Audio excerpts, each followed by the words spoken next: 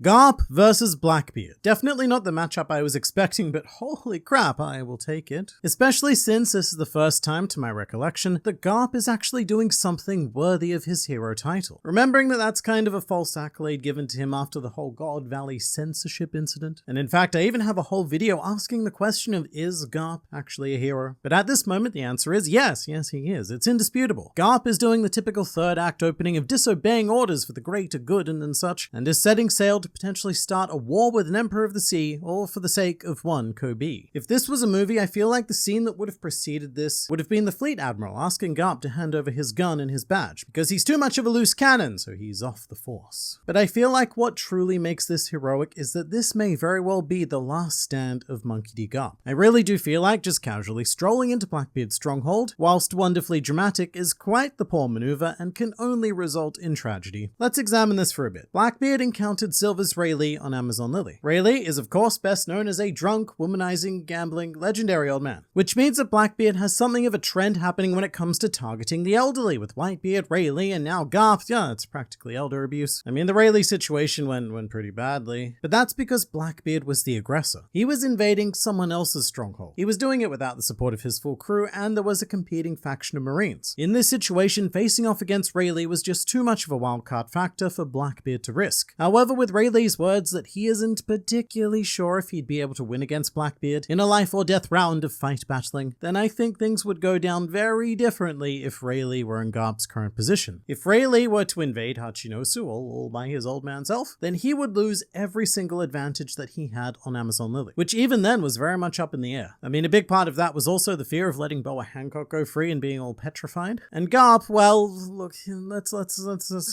not deny this, he's very much past his prime. Something people often forget is that Blackbeard was more than prepared to fight both Garp and Sengoku at Marineford. Now, you could explain this in one of three ways. Either Blackbeard had an insane amount of arrogance, or perhaps absorbing 2 devil fruits resulted in a weird side effect of Blackbeard spawning the largest pair of balls known to this world, or most sinisterly, that by his calculations, Garp and Sengoku were well within his reach. I'm not inclined to say that Blackbeard was just high on power and being a bit of a cheeky cockwaffle, and the joke I made about testicles is it's obviously a joke. So I think Blackbeard legitimately thought that he could take both Garp and Sengoku in his current state, and of course with his aesthetically challenged disciples, which is making me very nervous for our Monkey D patriarch. If anything, speaking of Marineford, this is starting to look like a reverse of the thing it is that was, where an emperor attacked the world government in order to save one crew member, and now we have Garp attacking an emperor to save one subordinate. But the reason why I really like this move is because it looks like Garp has actually learned from that whole Ace situation. Garp's inaction at Marineford cost Ace the vast majority of his torso, which was unfortunately required for living, and I think that this time Garp is much less willing to just sit and watch things play out. Which is also cool because honestly, it's a very Luffy thing to do. To completely disregard politics and balance in favor of just,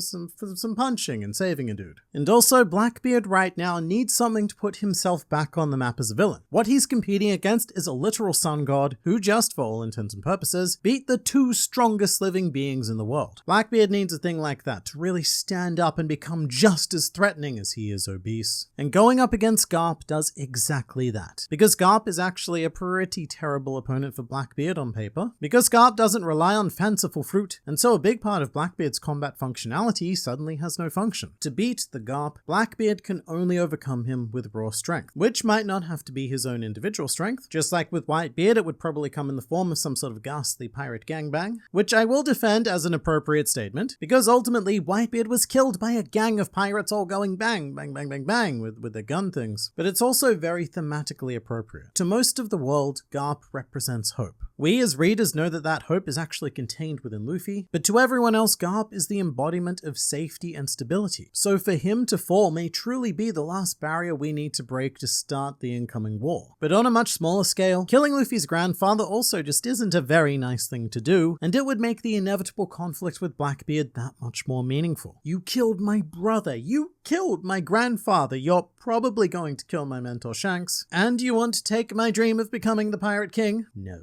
That's not happening. And to be honest, I am getting so much more excited for the sheer crap storm that's going to happen on Hachinosu than I am for anything to do with Egghead or Elbaf, because it feels like this is going to be a historical event. Something I'd like to note is that depending on how Law versus Blackbeard worked out, he may also be present on Hachinosu and be able to form a bit of a fun alliance with Garp and Koby. I would love to see Law interacting with Garp and just continuously sighing at how similar he is to Luffy. But also, Helmeppo, mate, this right here is character development from pathetic sniveling snob to slightly less pathetic but still sniveling hero. What's important is the last part, the hero part. Helmeppo is, unironically, what makes One Piece great. The continuous growth of all of these tertiary characters that we've been experiencing over decades. And who knows, maybe this will legitimately lead to some sort of big moment for Helmeppo. I also wonder if this is what Oda was referring to with his Jump Festa message. In case you don't know, every year Oda pens a special message at Jump Festa to tease what's coming in the next year of manga. Sometimes these are outright spoilers, but most of the time they're just really vague statements. In either case, Oda's sense of timing usually turns out to be quite off, and these statements don't generally pay off until 2 or 3 years down the line. But for this year, Oda teased us by saying, that person and that person will fight. If I were to give it a title, I'd call it a battle royale. I hope no one dies, all of which is very much falling into place with the Hachinosu stuff. Blackbeard and Garp will fight, ?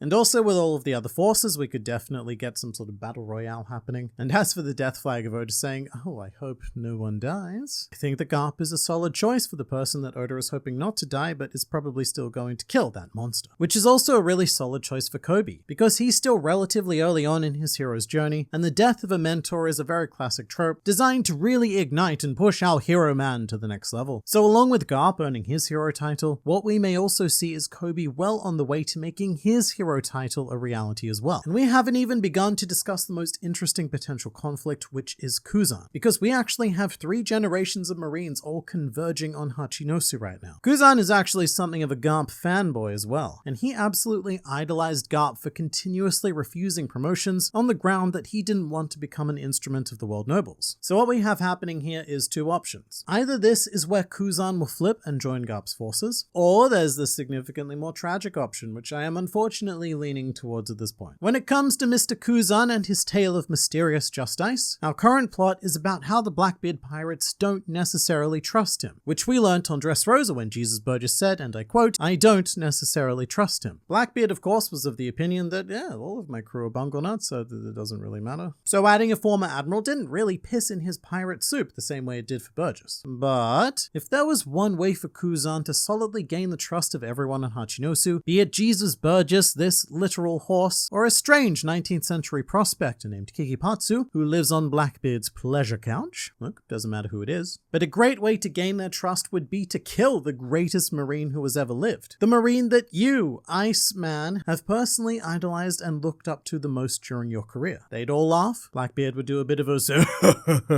or however his stupid laugh goes. But then you, Ice Guy, would officially be one of them. It's a bit tropey, but I bring it up because Kuzan clearly has some sort of grander plan by aligning himself with these filthy scallywags. A plan that would potentially be ruined through Garp's most unplanned assault on Pirate Paradise. I mean, when it comes down to it, Kuzan probably isn't the one who would make the decision. Much like Loose Teeth, it seems like something that would come more from the mouth of Blackbeard. Like a sort of, look, Kuzan, mate, my men have been talking and that talk has not been favorable in regards to your work ethic as a filthy scallywag. So you know what, let's consider this a bit of a performance review. All you need to do to pass is kindly kill your former boss in front of all of us, and don't you dare go pulling any Jaguar D Soul shenaniganry like you did last time. Although that's the one thing that definitely cannot happen. Oda cannot pull the time capsule move again. Not because Blackbeard would know, but because we as an audience would know, and that removes tension. Speaking of Soul though, what are the chances that he's the mysterious person hiding on Egghead Island who's about to do something sacrificial to potentially save Robin again? Let me know in the comments, but just hold that thought for a second because I am not done talking about this Blackbeardiness. Because this isn't just a couple of rogue Marines disobeying orders we're talking about. We are talking about Garp the hero. And this could cause a massive schism within the entirety of the Marines, one that we've been anticipating since the very beginning of the series. At some stage, the good Marines like your Smokers and your Kobys are going to have to reckon with your bad Marines like your Sakazukis and your these guys. Onigumo, that's his name. Anyway,